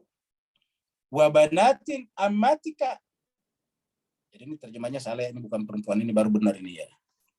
Wa banati ammatika, dan anak-anak perempuan dari saudara perempuan ibumu. Ammatika itu adalah saudara bibi ya. Kalau ini tadi paman. Jadi ini bukan saudara perempuan, saudara laki-laki ini. Saudara laki-laki bapak kita, ammu namanya. Sedangkan amma adalah saudara perempuan dari ayah. Ammatika, anak daripada itu. Wabanati khalika, ini khali adalah paman juga, tapi dari pihak ibu. Ya, wabanati khalika, anak perempuan dari paman dari pihak ibu, maksudnya saudara laki-lakinya kita punya ibu. Wabanati khalatika, dan anak perempuan dari khalat. Apa itu khalat? Yaitu saudara perempuan dari pihak ibu. Kalau tadi ammatika, saudara perempuan dari pihak ayah. Kalau ini adalah khala, adalah bibi, saudara perempuan dari pihak ibu. Allati hajarna, yang telah kamu berikan kepadanya, yang telah berhijrah dengan kamu, maka bersama kamu. Wa mra'atan, dan wanita mukmin, dan wanita mukmin, ingat kata-kata mukmin di sini selalu ditekankan. Wa mra'atan mu'minatan in wahabat nafsa, ketika dia menyerahkan dirinya kepadamu. Jadi pada saat itu juga sekalian, bahwa banyak sekali wanita yang menyerahkan dirinya kepada Nabi. Ya. Lin Nabi, kepada Nabi. In arada Nabi, kalau Nabi ingin an yastangkiha, untuk menikahinya. Khalisatan, maksudnya khalisatan itu khusus, berlaku untuk Nabi saja. Apa sebabnya? Coba Bapak sekalian kita renungkan. Kalau perempuan datang kepada Nabi minta dinikahi oleh Nabi dan dia menolak. Artinya apa? Wanita ini sama dan dicampakkan kepada yang lain. Ya. Sementara nanti di akhirat akan minta pertanggungjawaban kepada Allah SWT. Kenapa? Karena Nabi tugasnya tadi apa? Da'iyan ilallah. Khalisatan laka min dunil mu'minin. Pada alimna. Maksudnya ini berlaku pada Nabi, bukan kepada mukmin yang lain. Pada alimna ma faradna alaihim. Kami tahu ma faradna alaihim, apa yang kami telah wajibkan kepada orang-orang mukmin yang lain tadi di sini. Fi azwajihim, terhadap istri-istri mereka atau pasangan-pasangan mereka. Wa ma malakat aimanuhum, ataupun juga budak-budak mereka. Likai, supaya la yakuna alaika harajun, supaya tidak ada bagi kamu Muhammad haraj, kesempitan. Tidak ada masalah maksudnya. Wa kana Allahu ghafurur rahima, dan Allah itu adalah Maha Pengampun lagi Maha Penyayang. Bapak Ibu sekalian, jadi permulaannya tadi berbicara tentang Muhammad, kemudian orang beriman, ayat 40 tadi tentang Muhammad, kelanjutan dari sebelumnya, baru berbicara orang beriman yang berzikir kepada Allah, bertasbih, lalu terakhir berbicara tentang pernikahan Nabi secara spesifik, juga berkaitan dengan orang mukmin yang lain. Terima kasih banyak atas perhatiannya, mohon maaf terlalu lama hari ini. Waktu kita tinggal kurang lebih 7 menit. Assalamualaikum, Ustaz. Dipersilakan. Waalaikumsalam warahmatullahi wabarakatuh. Azim. Ustaz, satu soalan saya begini, Ustaz. Kata rahim tadi menarik perhatian saya, dan saya terkilan menghubung kaitkannya dengan nikmat Allah yang sempurna, lengkap melalui wilayah di ayat lain tadi. Dengan ayat 33, adalah maksud kepada kata rahim. Cuma persoalannya ialah wakana, fi'il mudhari' digunakan. Boleh beri pencerahan batiniahnya, Ustaz? Afwan, barakallahu fiik. Baik, terima kasih banyak. Jadi jemaah sekalian berbahagia, jadi tadi menggunakan kata-kata wakana itu fi'il madhi. Kana itu fi'il madhi. Wakana bil mu'minina rahimah. Karena bentuk madinya mudhari'nya yakunu, kana yakunu, wa kana bil mu'minina rahimah. Jadi artinya jemaah sekalian berbahagia, ini menunjukkan bahwa satu, bisa bermakna kana itu telah terjadi di alam rohani di sana. Orang beriman itu adalah orang yang kembali kepada perjanjian rohaninya di alam alastu birabbikum. Satu. Yang kedua, dari sisi bahasa, ketika bentuk madhi digunakan untuk akan datang, artinya pasti. Seperti misalnya kul ja'al haqqu wa zakal, itu ja'a di situ menggunakan bentuk madhi.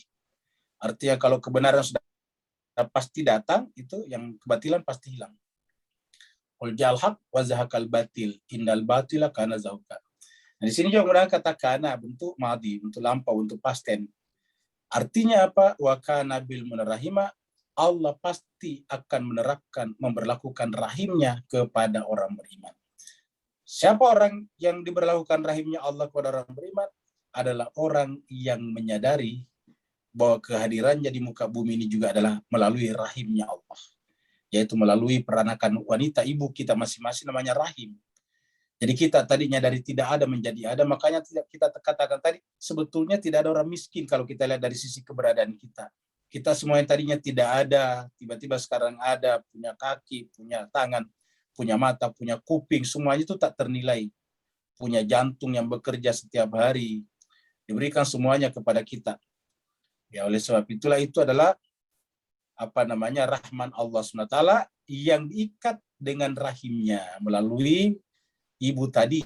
Itulah sebabnya jemaah sekalian berbahagia, menghormati Allah harus dibuktikan dengan memuliakan orang tua. Kita sudah bahas di surat Luqman, seandainya orang tua memaksa kita untuk mempersekutukan Tuhan, tidak boleh mengikutinya, tetapi tetap harus mempergaulinya dengan sebaik-baiknya. Itu orang tua kita, ibu kita, apalagi istri Nabi yang merupakan ummahatul mukminin. Kita harus menyebut mereka dengan penuh hormat. Kita harus menyebut mereka dengan penuh sopan santun. Kita harus menyebut mereka dengan ta'zim. Nah, jemaah sekalian berbahagia, jadi kata rahimnya lebih kepada itu tadi. Jadi kalau kita gambarkan itu, rahman itu adalah lingkaran besar, rahim itu adalah lingkaran kecil. Artinya apa? Lebih menukik, lebih spesifik. Karena hanya orang berimanlah yang menukik ke dalam jantung realitas. Jantung realitas adalah Allah Subhanahu wa taala. Berikutnya lagi silakan. Ustaz. Ustaz. Ya, silakan siapa dulu nih? Pak Rum, silakan duluan Pak Rum. Oh iya, ini silakan Pak, silakan. Terkait dengan masalah perkawinan. Mohon pencerahan sedikit Pak Ustadz mengenai perkawinan yang berbeda agama, melahirkan anak dan menyikapi anak ini seperti apa dalam agama Pak Ustadz. Mohon pencerahan sedikit Pak Ustadz. Baik, terima kasih jemaah sekalian berbahagia. Jadi memang di dalam Islam ini perlu kita sampaikan tadi bahwa kita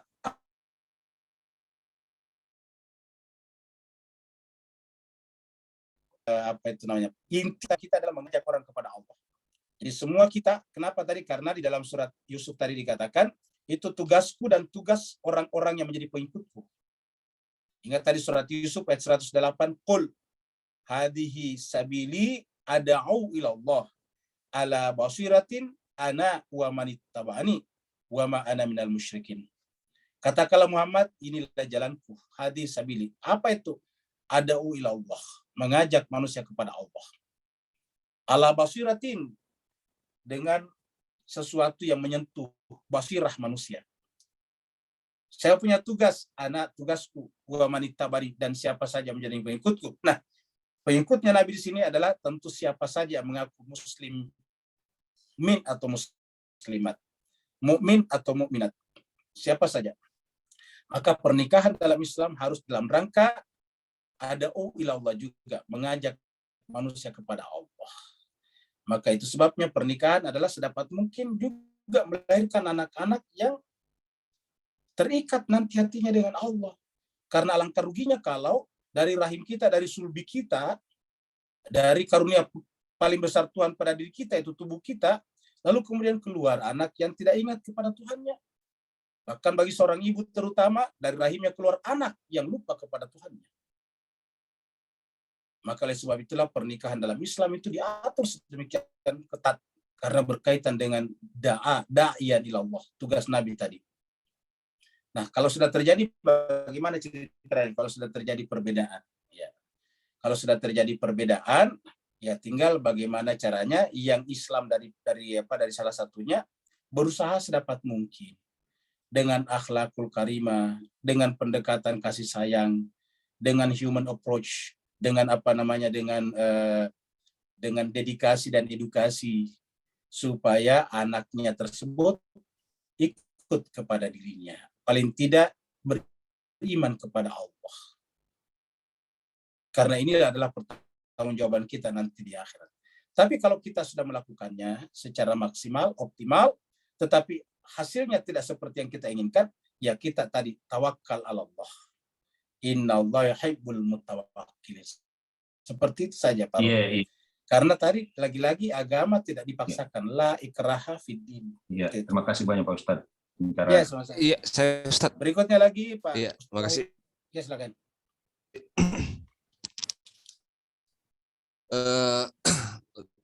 Saya coba dikoreksi aja, Ustaz. Mudah-mudahan saya yang keliru, Ustaz. Soal pemahaman tentang salawat gitu.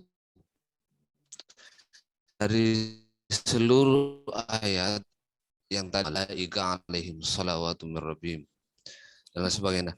Nah, saya mau ke kosakata salat itu ya. Tolong saya dikoreksi, Ustaz. Mungkin saya yang keliru ya.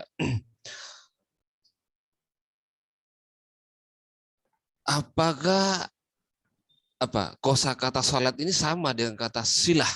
Misalnya kata-kata ada istilah silaturahim gitu loh. Jadi dari seluruh terjemahan pemahaman saya tentang kata innallaha wa malaikatahu yusholluna 'alan nabi itu adalah sesungguhnya Allah itu membangun hubungan itu loh.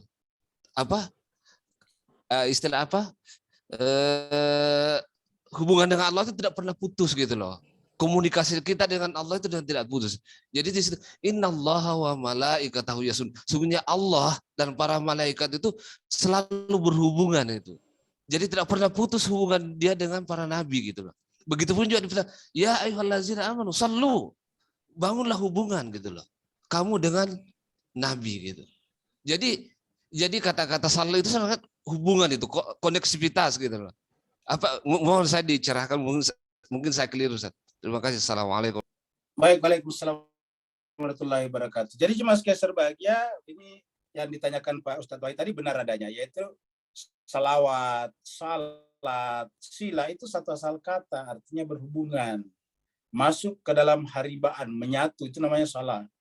Makanya di dalam Al-Quran ada juga kata-kata masuk ke dalam neraka, yasla juga, yaslan naral kubro, itu ada. Di dalam surat dalam surat Al-Alaq sabih ismarabik itu ada kata-kata yaslan naral kubra tsumma la yamutu fiha wa la yahya qad aflaha man tazakka wa dzakara isma rabbih fa shalla, kan begitu. Jadi kata-kata salat itu sama dengan sila, sama dengan salat. Jadi kita bisa simpulkan begini. Kalau menyatukan diri kita, kata menyatukan diri kita, menghubungkan diri kita dengan Allah, namanya salat. Kalau kita menyatukan diri kita atau menghubungkan diri kita dengan Nabi dan keluarganya, namanya selawat. Kalau kita menghubungkan atau menyatukan diri kita dengan sesama manusia, namanya silaturahim. Jadi 3 ini unsur. Kita ulangi lagi. Menyatukan, membangun hubungan yang tak terputus dengan Allah, namanya salat. Menyatukan, membangun hubungan tak terputus dengan Nabi dan keluarganya, namanya selawat. Yang ketiga, membangun, menyatukan hubungan dengan sesama manusia, namanya silaturahim. Dan di dalam salat, 3-tiganya ada. Di dalam salat, 3-tiganya ada. Namanya saya salat. Tidak sah salat kalau tidak berselawat, dan tidak sah salat kalau tidak memberi salam. Apa itu selawat? Kepada Nabi dan keluarganya. Allahumma salli ala Muhammad wa ala ali Muhammad. Apa itu salam? Kepada seluruh manusia. Assalamualaikum warahmatullahi wabarakatuh. Tidak sah salat kalau tidak memberikan salam kepada semuanya. Jadi di dalam salat itu ada 3 salat. Salam. Salam pertama spesifik, spesial kepada Nabi. Assalamualaikum ya ayuhan Nabi. Warahmatullahi wabarakatuh. Ya kepada Nabi dan keluarganya. Dikatakan assalamu alaina wa ala ibadillahis shalihin. Alaina kepada kita ini yang berwilayah kepada siapa? As-salih. Wala ibadillahis shalihin. Kemudian yang ketiga, assalamualaikum warahmatullahi wabarakatuh kepada seluruh manusia. Makanya jemaah sekalian, kita akhirnya adalah memberikan salam kepada seluruh manusia, Artinya orang yang membangun hubungan dengan Tuhannya, membangun hubungan dengan Nabi dan keluarganya, harus pada saat yang sama menjadi penebar keselamatan, keamanan, dan kedamaian kepada seluruh manusia. Rahmatan lil alamin. Terima kasih. Masya Allah. Bapak sekalian, saya kira Syukran. ya. Masya Allah. Ustaz, Kalau tidak ada lagi, saya kira permintaan kita doa, kasih Ustaz. ya. Banyak permintaan doa. Oh ya, Ada silakan. 3 permintaan doa, Ustaz.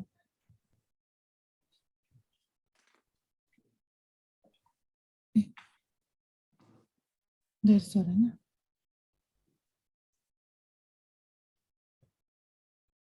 Silahkan, Ustaz. Terus kan pertama kita doakan, ini ada dari Hairul, untuk tantenya Lena yang sekarang sudah masuk hari ketiga wafatnya. Kita doakan semoga Allah SWT memberikan ampunan kepadanya, diangkat derajatnya dan dimuliakan tempatnya di sana, yaitu Lucy Anggelia binti Al-Makmur Malin Permatoh. Ini Permatohnya kelihatan kalau orang Sumatera. Kita doakan almarhumah Lucy Anggelia binti Al-Makmur supaya diterima di sisi Allah SWT. Yang kedua adalah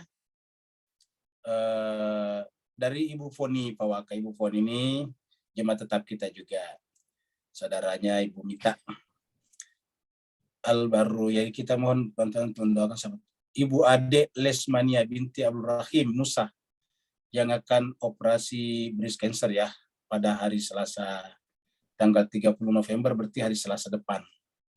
Kita doakan semoga Ibu Ade Lesmania binti Abdul Rahim Musa diberikan prosesi operasinya berjalan dengan lancar dari awal sampai akhir, dan kemudian diberikan kesembuhan dengan kesempurnaan yang sempurna.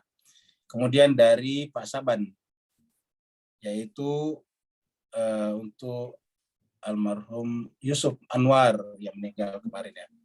Jemaah sekalian, kita juga doakan jemaat tetap kita Bapak Saniman Motowardoyo yang kemarin berulang tahun. Kita doakan semoga Allah senantiasa memberikan kesehatan dan keselamatan kepada beliau, diangkat derajatnya, digugurkan dosa-dosanya, diberikan berkah dan rahmat, hidup bersama dengan keluarganya, aman, sentosa sampai akhir hayat.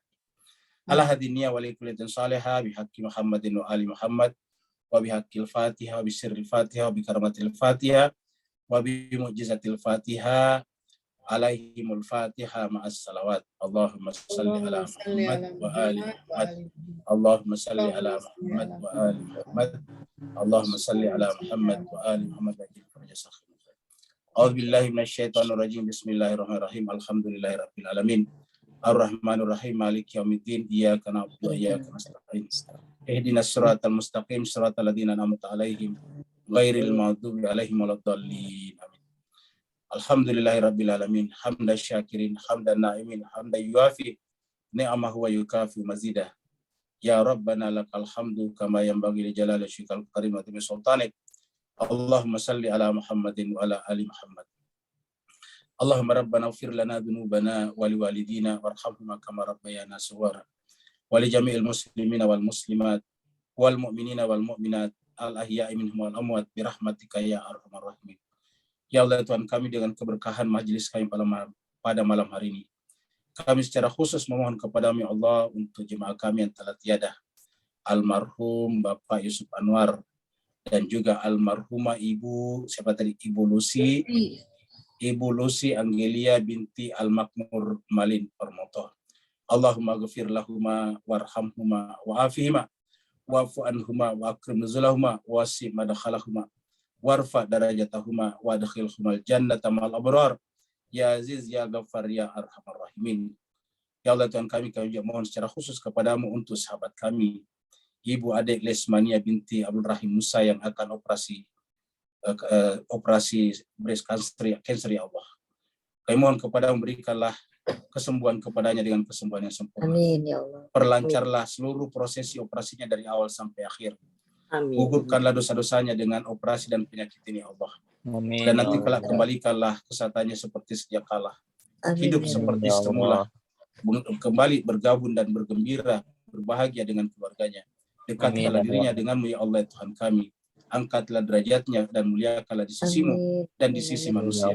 Kami juga mohon kepadamu ya Allah untuk sahabat kami, jemaah kami, Bapak Saniman Noto Wardoyo yang telah berulang tahun ya Allah. Angkatlah derajatnya, muliakanlah kehidupannya, panjangkanlah usianya, berikanlah kesehatan prima lahir dan batin di usianya sekarang ya Allah. Kirimlah senantiasa malaikat rahmat untuk menyertainya. Jadikanlah dan anak-anaknya menjadi anak-anak yang saleh dan salehah. Senantiasa sertakanlah beliau dalam majelis-majelis kami ya Allah. Dan siapa saja di antara kami yang hadir pada malam ini ya Allah, maka berkahilah mereka, rahmatilah mereka, kalau mereka sebagaimana Engkau perlakukan para nabi-nabi dan keluarganya ya Allah. Allahumma rabbana atina fid dunya hasanah wa fil akhirati hasanah wa qina adzabannar. Sallallahu ala sayyidina Muhammad. Subhana rabbika rabbil izzati amma yasifun wa salamun alal mursalin walhamdulillahi rabbil alamin. Waalaikumsalam. Waalaikumsalam warahmatullahi wabarakatuh. Terima kasih Ustaz. Terima kasih Ustaz. Ustaz Wahyudin.